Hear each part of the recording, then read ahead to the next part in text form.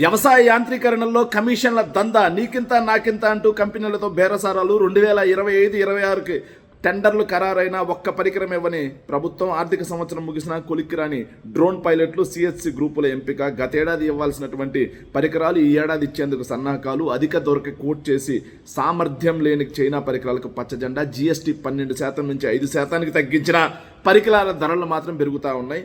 80 కోట్ల రూపాయలు దండుకోవడం కోసం పన్నాగం పండారు అని ఈ వార్త. ఎంత దుర్మార్గం అంటే అచ్చెన్నాయుడు అనే ఒక వ్యక్తి కార్మిక శాఖ మంత్రిగా ఉన్నప్పుడు ఈహెచ్ఎస్ డబ్బులు మింగేస్తాడు. ఇప్పుడేమో వ్యవసాయ శాఖ మంత్రిగా ఉండి 2024-25 ఆర్థిక సంవత్సరానికి గాను కేంద్ర ప్రభుత్వం నుంచి వచ్చినటువంటి 343 కోట్ల రూపాయల నిధులు దేనికిరా అంటే వ్యవసాయ యాంత్రీకరణ.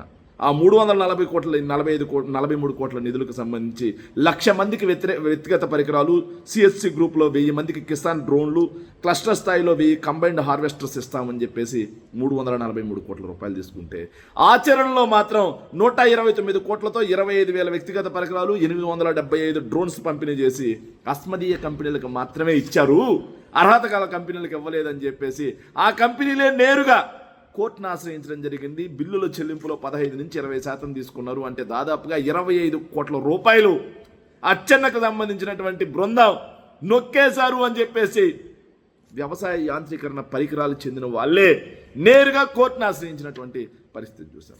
మరి 2026 ఏదైతే 25-26 సంవత్సరానికి సంబంధించిన సరిగా కట్టబెట్టారా అంటే అది ఇంకా ఎంత దుర్మార్గం అంటే 25-26కి సంబంధించి 240 కోట్లతో ఎఫ్పిఓలు, పిహెచ్సి గ్రూపులకి 1000, ఇంజనీరింగ్ పట్టభద్రులకు 75 కిసాన్ డ్రోన్లు, సిహెచ్సిలకు 164 హై కాస్ట్ మిషనరీ, 1050 ట్రాక్టర్లతో పాటు 40,000కు పైగా వ్యక్తిగత పరికరాలు ఇవ్వాలని లక్ష్యంగా పెట్టుకున్నారు.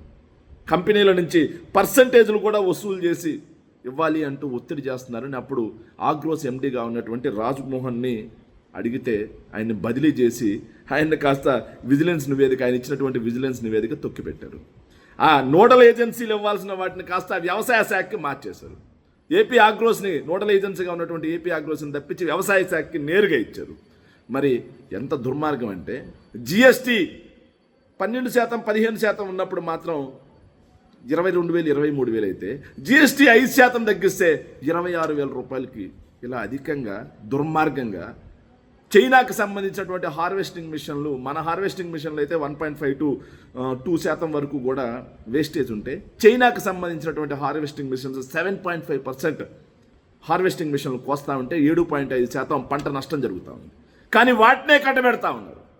అస్మదీయ కంపెనీలకి, కమిషన్లు ఎక్కువ ఇచ్చే కంపెనీలకి, అధిక రేట్లకి జిఎస్టీ 5% అయినా సరే అధిక రేట్లకి వేసి జిఎస్టీ తగ్గిందంటే రేటు తగ్గాలి, కానీ జిఎస్టీ తగ్గినా సరే రేటు అధికేసి 80 కోట్లకు పైగా వ్యవసాయ యాంత్రీకరణ పథకంలో కేంద్ర ప్రభుత్వం నుంచి వచ్చేటువంటి నిధుల్ని పందికొక్కుల్లా తినడం కోసం అచ్చెన్నాయుడు బృందం ఇంత దుర్మార్గంగా రైతుల నోటికాడి పొట్ట కూడా రైతుల నోటికాడి కూడును కూడా లాగేస్తూ ఉన్నారు. రైతులకి కేంద్ర ప్రభుత్వం ఇచ్చేటువంటి యాంత్రీకరణ పథకంలో కూడా డబ్బులు నొక్కేస్తూ ఉన్నారంటే నిజంగా వీళ్ళకి రైతుల మీద ఎంతటి ప్రేమ ఉందనడానికి ఇది ఒక నిదర్శనం.